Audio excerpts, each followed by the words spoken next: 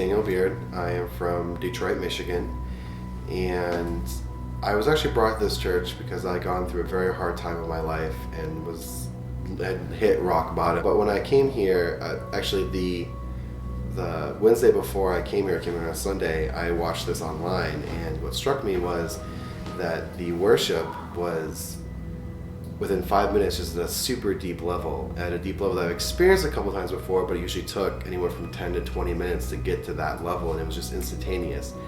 And I was a little confused because I was like, wait, did we miss something? Did we turn in late?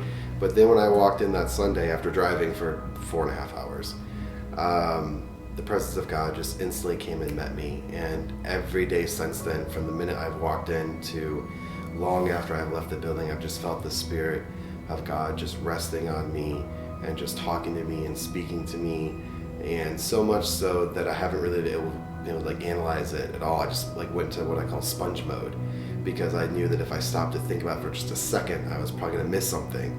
So I've heard it described that you need to be a sponge, just sit and soak in the Lord, and I really have not I did not understand that till I came here. And I realized just sitting here and just soaking in the Lord, He has just spoken very consistently through my heart into all the things, everything from the services to the corporate prayer to the internship classes I sat in. Everything here is just so infused with the presence of God. And just, I guess what struck me the most is that usually there's like an 80-20 rule in churches. 20% of people do 80% of the work, or however you want to divide up that fraction. But here, it's probably more like a 99 to 1.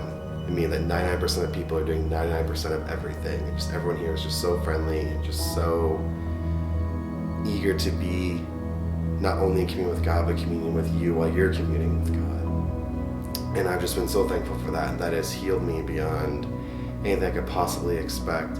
And this has just been like the friendliest church I've ever attended. I legitimately feel welcomed here. And it's just been the greatest experience of God I've ever had in my entire life.